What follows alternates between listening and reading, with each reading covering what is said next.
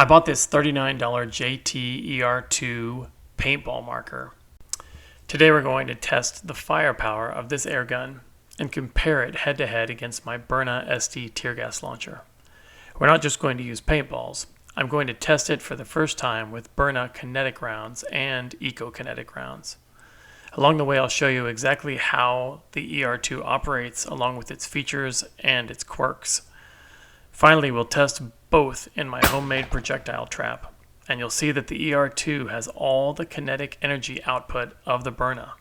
It might even make a good budget tear gas launcher. Let's take a look. I bought Byrna air pistols for all three of my daughters to defend themselves.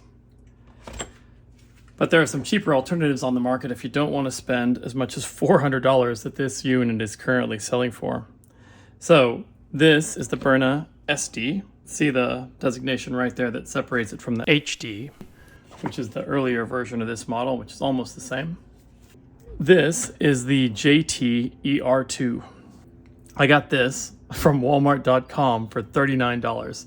They also sell it on Amazon, but it has a $16 shipping bill, so I got this from Walmart, delivered the next day, no shipping charge. Total with tax, 41 bucks, currently about 400 bucks. These are both 68 caliber compressed air weapons. So the Byrna has an 8-gram cylinder inside the grip that looks like that. And the ER2 has a 12-gram cylinder. You can see it through the clear plastic right there, but it looks like that. They both fire 68 caliber ammo, and today we're going to put 3 different types of ammo through these. We have a 68 caliber paintball filled with vegetable oil. We have the Byrna plastic projectiles sold by the Byrna company itself that are just made out of vinyl or nylon and are intended to cause kinetic injury. And then we have the Byrna eco-kinetic, which are the same as the kinetic rounds, but they're designed to shatter and just turn into chalk upon impact. The ER2 is sold as a paintball marker, and it's designed to fire those 68 caliber paintballs. They actually come in this interesting plastic sleeve. Looks like that. You get 3 of these sleeves and they fit up here in order to become the feed magazine, if you will, for this gun. It's not actually marketed to shoot rigid projectiles like either of these. So we're going to find out together whether or not it can actually do that. The Byrna, by comparison, is a tear gas launcher, not designed to play paintball, and when I've asked Byrna if I can shoot paintballs through it, they said absolutely not. They said you will ruin the weapon. I think that just means there's no simple way to clean a Byrna like there is a Glock. So I'm not going to put a paintball through that because it's too much trouble if I break it. But we are going to fire through it both of the standard Byrna projectiles. When we put those projectiles into the ER2, if it completely wrecks the weapon, I'm only out 39 bucks and I'm still going to put it up on YouTube. It's the day after Thanksgiving and the light is fading fast, so let's go take a few shots. Okay, I have my splatterburst targets set up across the yard. We're going to use the ER2. I've got 1 round of paint chambered.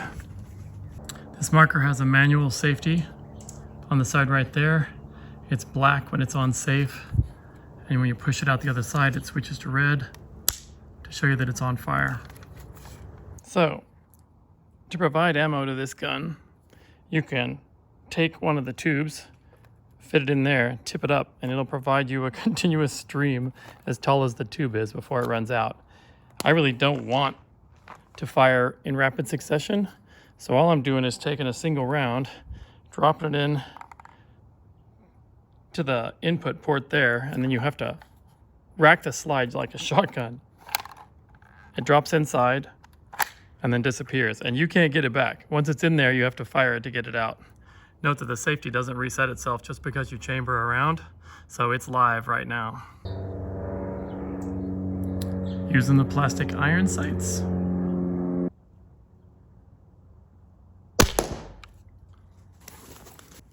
This is what that paintball did to my box. Not the best marksmanship, but hey, you try aiming through an iPhone. Regardless, it fired nice and straight and fast with plenty of energy. Okay, we're gonna put a Byrna hard plastic round through it into the chamber Racked the slide, disappeared, and locked in. No matter what you do with the slide, you can't get it back. Still off safe. I don't know if this is gonna go well because I've never put a hard plastic round through this gun and it's not meant for it. So I'm gonna look away. You're gonna get to see what happens if the gun explodes, and I'm not gonna care about where this ball lands. So here goes. Well, I'm clearly a better marksman when I am afraid, because I did hit the target, and you can see that hard plastic round didn't just come apart when it hit the outside of the box. It punched all the way through to the inside. So, success. The ER2 can fire hard plastic kinetic rounds, not just paintballs. So let's try it with the eco-kinetic chalk ball. These are kind of funny because they're not exactly spherical the way they're kind of mashed together like a scoop of ice cream. So I don't think that's going to cause any problems, but we'll see if the ball comes out as a solid ball on the other side. Into the port, rack the slide, locked in for good. So that's this shot down here. Damage from the 2 rounds seems just about the same. I think the chalk ball's inside there. I'm going to open this target and see if it's still intact.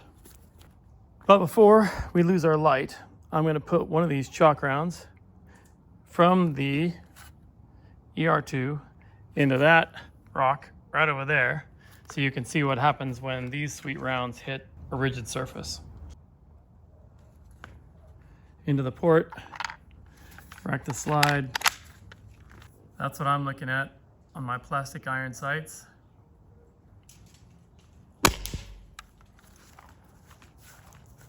So the eco-kinetic round is completely destroyed on impact with a rigid surface. It's just dust now. Regular chalk. And it advertises itself as water soluble, so I can't seem to find these rounds from anyone except Byrna. They cost around 40 cents a piece or something like that, but they totally disappear. So if you're shooting in your backyard and you don't want the paintball trash or the rigid plastic balls laying around, this is an excellent option. It's not that expensive. So all that shooting was done with the ER2 and the 12-gram cylinder that I got when I bought it. So I think I've probably put 10 rounds through this now. So the cylinder seems to be doing a great job of providing continuous pressure. I haven't had to change the cylinder yet. Before I lose the last of the good light tonight, I want to show you and let you hear how the Byrna performs compared to the ER2 using the same ammo, same target, same conditions. The Byrna's magazine is in the hand grip. It holds 5 rounds in the mag with a spring release right there. If you pull that, they all shoot out like a snake toy. I'm going to put one more eco-kinetic in there on top and fire both rounds into the target. You just load it by pressing down on the top, and this clip retainer holds it in place. I'm going to take 2 shots from the Byrna. Its magazine is in a hand grip. That's just the follower, not a round. I'm going to load in one of the kinetic projectiles and one of the eco-kinetics. Has a safety in reach of your thumb. If you pull it right now with the weapon on safe, the trigger moves but nothing happens. So if I switch the safety to fire and then I pull the trigger, it will simultaneously pierce the CO2 cartridge that's been installed inside the barrel and release one of the rounds. A quick comparison of the view down the Byrna's iron sights.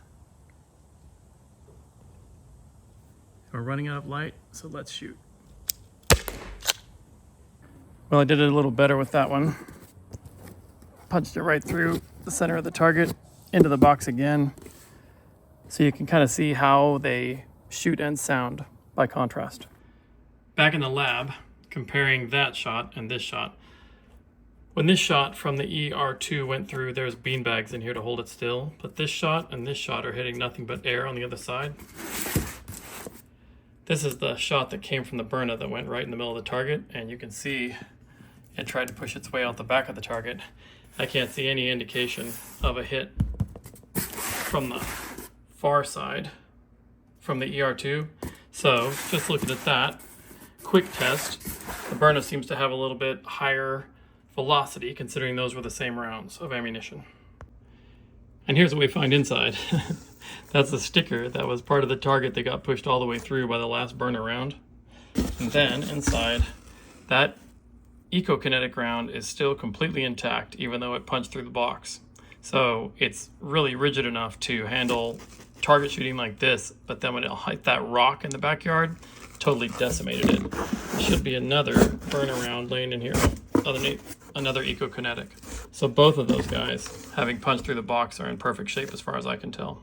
So this is that eco-kinetic ammo. You can buy it in this with 95 rounds, and it's about $40, which makes it just a tiny bit more than 40 cents per round. I tried to find out how much each of these rounds weighs by comparison, but it's surprisingly hard to find the specifications. So I'm just going to weigh them myself. My scale isn't very high precision, but it goes to 1/10 of an ounce. And so it says 5 of the paintballs is about 0.6 ounces.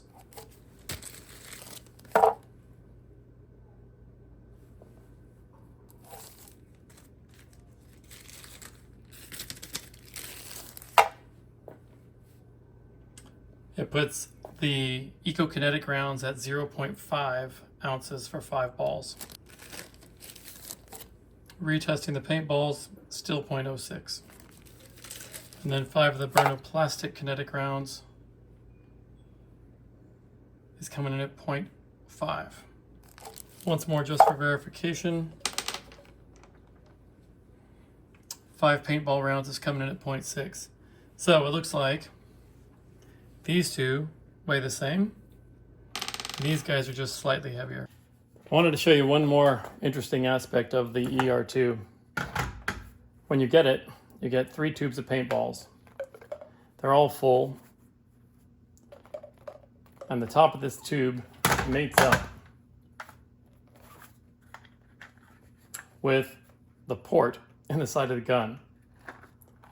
So that is what it looks like if you're using this for paintball and you want to fire multiple rounds. You've got to have that appendage sticking out there. I'm just going to show you one other strange aspect of this particular system, but I'm putting 2 Byrna rounds in there. I'm going to fire 2 rounds at this target. So now, one of those rounds is near the entry port and the other one is still sitting inside the extended magazine, if you will. I'm going to fire both rounds so you can kind of see how it sounds in a closed space and compare that to what we did when we were outside. And hopefully you'll get to also see this interesting feature of the magazine tube. So I have the gun on safe. I rack 1 round into the chamber, set it on fire. Safety glasses on.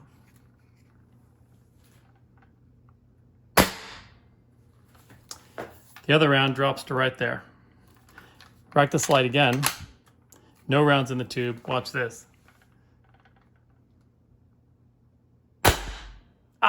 Interesting. In all the videos I've saw of this, when the last round is fired, this tube flies out in the air and lands on the ground. The last thing I want to do today is compare the relative kinetic energy of these 2 air guns. I'm going to fire them each using the same Byrna hard plastic projectile, and I'm going to shoot them both into my innovative, original, not patented, and not even quite scientific ammo trap. This is 3 beer containers, all taped back to back, so that there is a consistent cardboard wall through the entire row all the way to the back.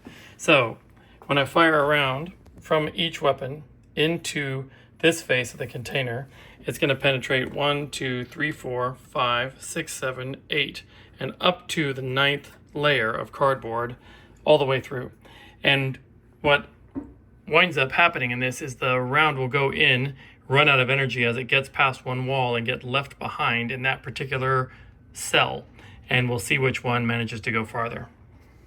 I did the same thing for the Byrna HD and the Umarex tear gas launcher in another video if you want to see how that worked out.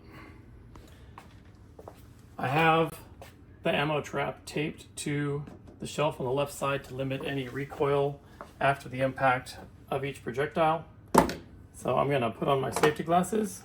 And we're going to put one round of the ER2 into the trap. One projectile.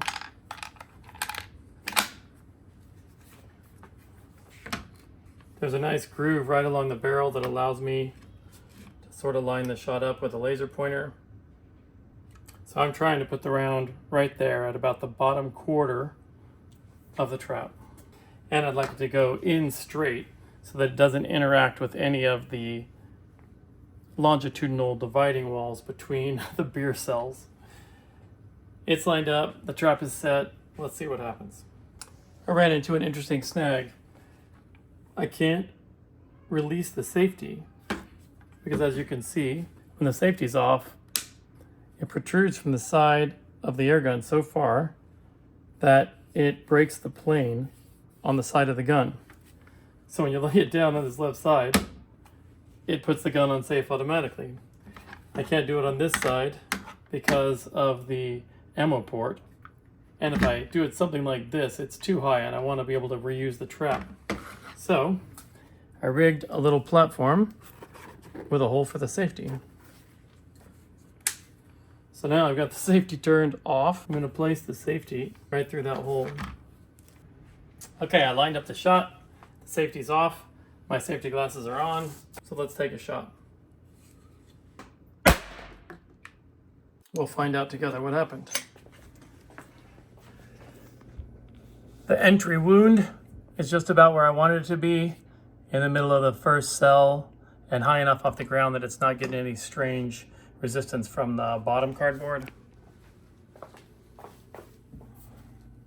Didn't stop in the first cell. Nice hole. But looky there. It went into the second cell and stopped. So that round made it through the first cell, the second cell right there. The wound kind of mostly closed up, and then it stopped inside the first beer container. Let's see what the Byrna does. So I'm going to give it an offset.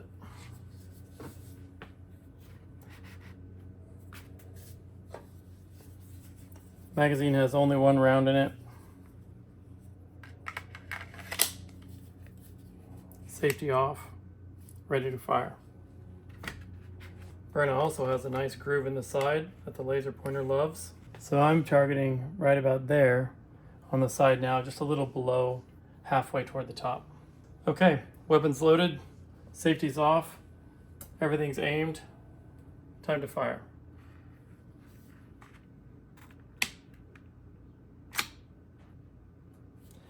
That was interesting. So I had the safe only down to this position, not all the way down, and the trigger bypassed everything. Good to know. Setting up again. Ready to go.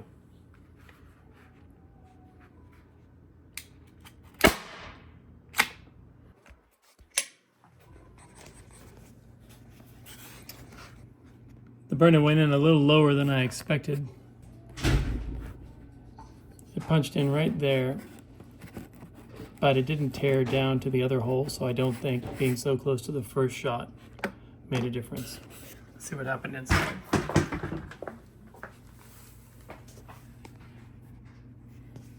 So there's the entry wound. Over on this side, the higher tear is where the Byrna went through. The lower wound is where the ER2 hit. In the next chamber, no Byrna round, but there is a wound right there and a complete puncture through both those layers. There's a wound on this side, so now we're up to 1, 2, 3, 4, 5. That's our 6th, 7th, and then we find the Byrna round here. So in that first shot with the ER2, its projectile only got to the second chamber before it ran out of energy. By comparison, the Byrna went 1, 2, 3 chambers further, And that includes going through the double wall of the spot where the two containers are attached to one another. So I think the best thing to do to give the ER2 a fair shot is to give it a brand new CO2 cartridge and make sure that at full strength, that's how far it's going to get. Well, back to the backyard range. I think I must have taken 25 shots with this air pistol since I got it. So we're just going to take some additional shots until we find out how long this CO2 lasts. Then when it's exhausted, we'll insert another one of these 12-gram cartridges and try the ballistic test one more time.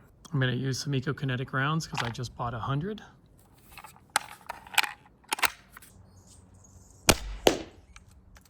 Yeah, it is definitely losing power. That one went to the target and then bounced off. That's the round I just got back from the grass. Neither cracked nor penetrated the box. So the gun is clearly out of power after about 25 shots. So one interesting aspect of this gun is there's no way to let the pressure out of the cylinder without just discharging it again and again. So here we sit now at a point where the pressure in the cylinder is not enough to actually penetrate that box across the way.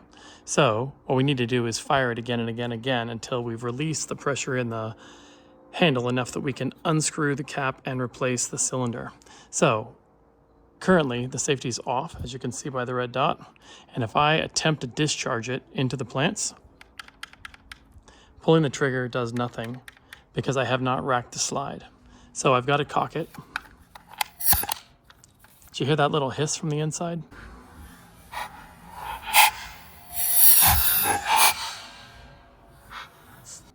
And now I can fire with no ammo inside to discharge this amount of CO2.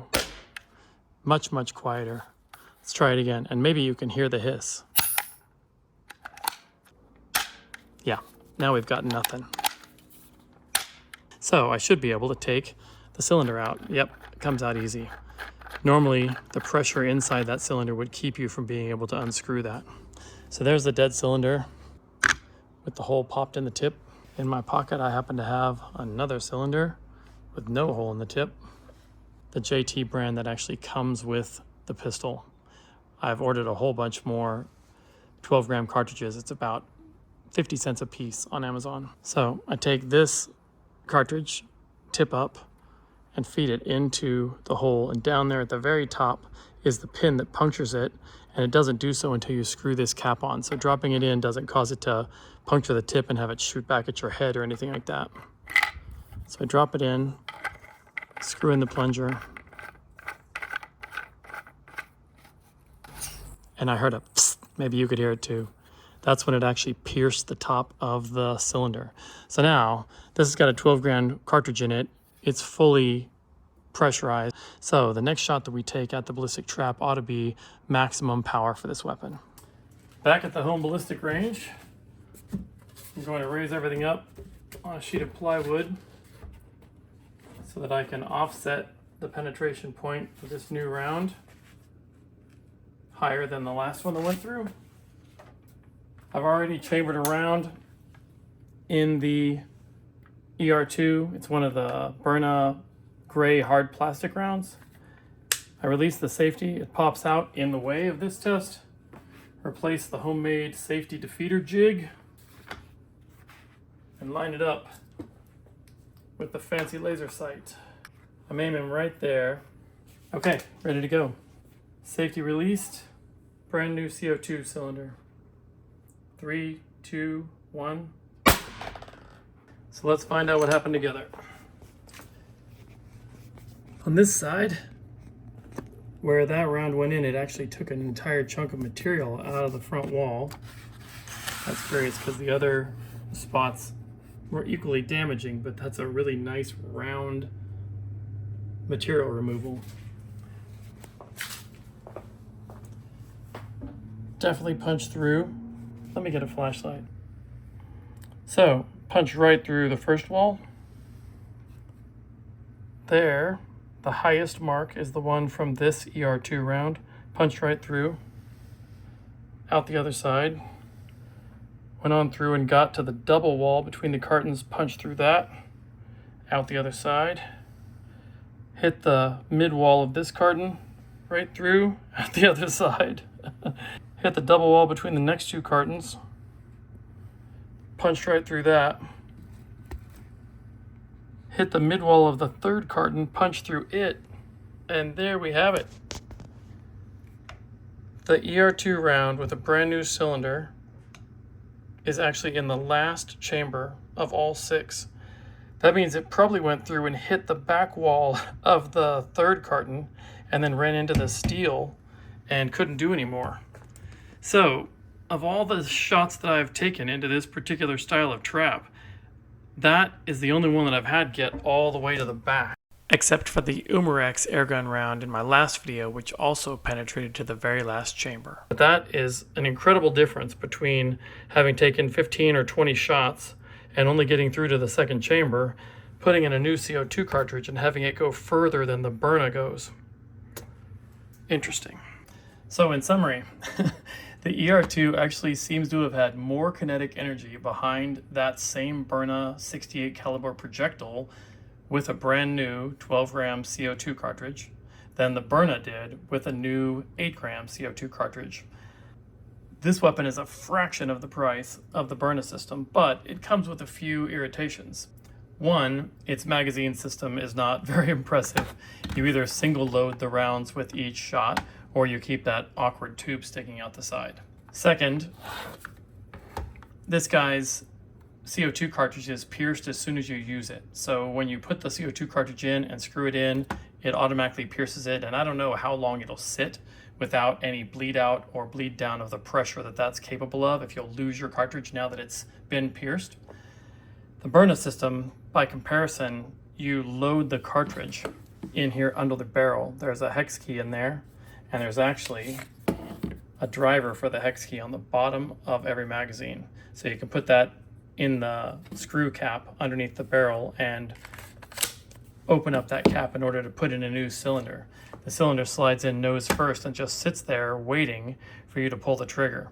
So unlike the Umarex, which I now have to charge if I want to use it, the Byrna sits with a brand new cylinder waiting for the day you have to use it. So in an emergency, as soon as you pull that trigger, the pin comes out, pierces the cylinder, and fires the first round. And then every round after that has the benefit of that cylinder. Also, the Byrna has a very nice 5-round magazine, and you can fire 5 shots with this just as quickly as you can pull the trigger, each one with just about the same force. You can put a lot of tear gas on somebody in a short period of time and a lot of pain along the way. The form factor is obviously much nicer with the Byrna. This is a large, awkward device, and not having to rack the slide every time you want to load a round. This one is semi-automatic, and this one is not. They're both about equally loud. They both fire the same ammo, and they both shoot equally hard, although the ER2 may even be a step up from that. Overall, this is a really fun toy with a lot of potential for doing many of the things that this expensive airgun can do. So as far as kinetic energy output, I'm pretty impressed with what the ER2 can do. The one thing I want to find out now is, can it shoot a tear gas ball with all that kinetic energy and thrust without shattering it? Because you don't want to load this with a 68 caliber tear gas ball and have it rupture as it leaves the barrel and have some of that blow back on you. So tomorrow I have a shipment of inert Byrna tear gas rounds coming in. They're just filled with baby powder in the same fragile shell. I'm going to put a bunch of those through the ER2 in order to watch the detonation that it creates when they hit a hard target, and to make sure that the ER2 doesn't shatter the fragile shell of those rounds as it ejects them with all that force. I want to get this video out, but I'll put that result from firing the inert rounds into a YouTube short. So look for that if you haven't seen it. I hope that was interesting to you. Thanks for watching. I appreciate it. Have a good day.